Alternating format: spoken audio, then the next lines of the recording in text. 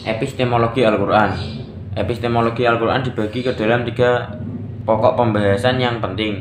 Pertama, dimentasi epistemologi ilmu pengetahuan menurut Al-Quran, yakni sesuatu kajian filsafat dari aspek bagaimana metode memperoleh ilmu pengetahuan. Dalam kajian filsafat disebut teori ilmu pengetahuan menurut Al-Quran. Kedua, di dimensi ontologi, yakni bidang filsafat yang membahas objek ilmu pengetahuan atau hakikat segala sesuatu yang menjadi objek kajian ilmu pengetahuan.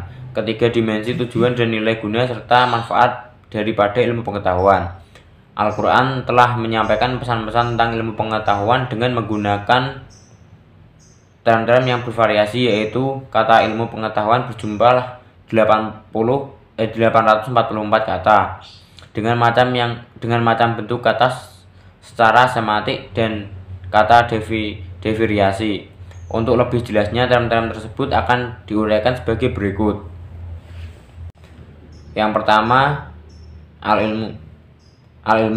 Al-Quran menyampaikan kata ilmu memiliki beberapa makna yang berbeda karena perbedaan konteks ayat, namun makna substansinya sama. Ilmu berarti mengetahui sesuatu yang ada 2 makna, yaitu pengetahuan zat sesuatu dan mengetahui sifat sesuatu. Dalam bahasa Arab, kata alima disandarkan kepada satu objek atau maf'ul, dan yang kedua kepada 2 objek maf'ulain.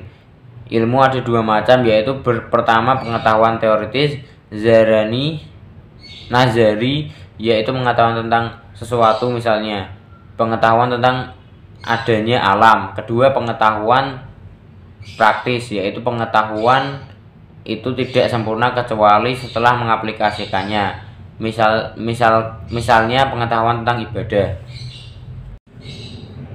Kedua, kata hikmah. Al-Quran dalam beberapa ayat menggunakan kata hikmah yang berasal dari kata jadian yang artinya kokoh, mengikat, dan arti mufradatnya adalah memperoleh sesuatu kebenaran dengan ilmu dan akal. Al-hikmah dari sisi Allah mengetahui segala sesuatu dan menciptakannya dengan sangat kokoh. Sedangkan dari sisi manusia, hikmah artinya manusia mengetahui segala yang maujud dan dapat melakukan kebajikan. Demikian makna ini sebagaimana Allah telah memberikan hikmah kepada Luqman dalam firman-Nya.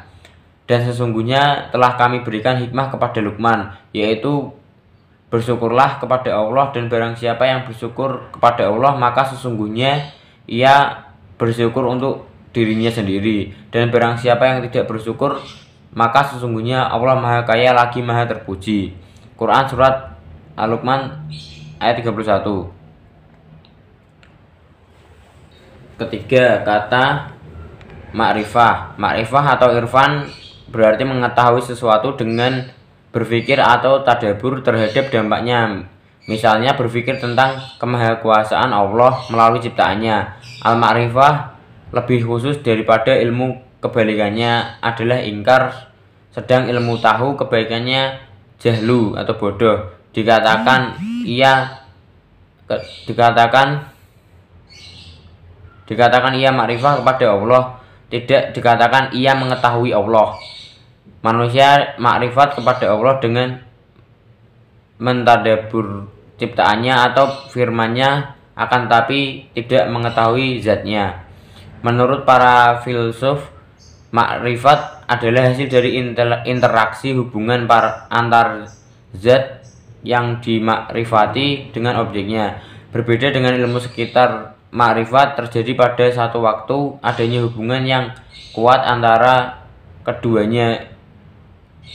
Ilmu pengetahuan dan makrifat adalah ilmu pengetahuan tanpa perantara antara zat dan objeknya, seperti ilham atau irfan, pengetahuan yang langsung dari Allah. Al-Quran tidak menyebutkan secara eksplisit kata makrifat, tetapi menyebutkan kata kerjanya, fi'il, sebagai dalam ayat berikut. Dan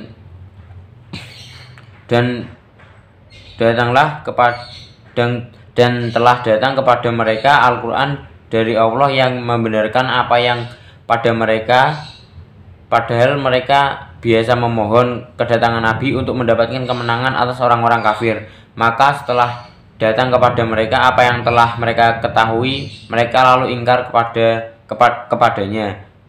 Maka laknat Allah lah atas semua orang-orang yang ingkar itu. Quran Surat Al-Baqarah ayat 89.